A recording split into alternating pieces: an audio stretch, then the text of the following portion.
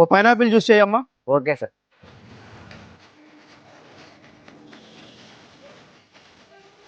ఏదో తేడాగా ఉందేంటి? బాబా పడేకు పడేకు పడేకు. ఏమైందండి? అవి తొక్కలు కాదయ్యో, డబ్బులు డబ్బులు. ఒక్కరికి డబ్బులు ఏంటండి బాబు? అసలు ఈ తొక్కలతో ఏం చేయొచ్చు అనుకుంటున్నాం, చెప్తాను విను.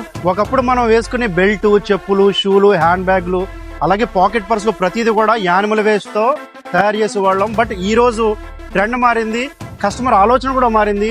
ఎకో ఫ్రెండ్లీ వేగన్ లెదర్ కోసం చాలా ఇంపార్టెన్స్ పెరిగింది.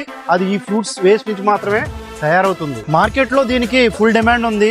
ఈ రోజు డొమెస్టిక్ మార్కెట్ లో 200 నుంచి 300కి కిలోకి పలుకుతుంది. అదే మీరు ఫారెన్ ఎక్స్పోర్ట్ చేస్తే కనుక 2000 రూపాయల వరకు రేట్ వస్తుంది.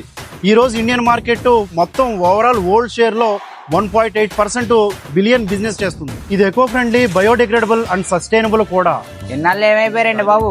ఈ మొక్క ముందే చెప్పుంటే టన్ను తొక్కలు పాడేయకుండా ఉంటుంది కదా. అన్నా ఓ పైనాపిల్ జ్యూస్. జ్యూస్ మాత్రమే, తొక్కలు మాత్రం ఇవ్వండి. చూసారుగా, ఇది తొక్కల వ్యాపారం కాదు, తొక్కలతో వ్యాపారం.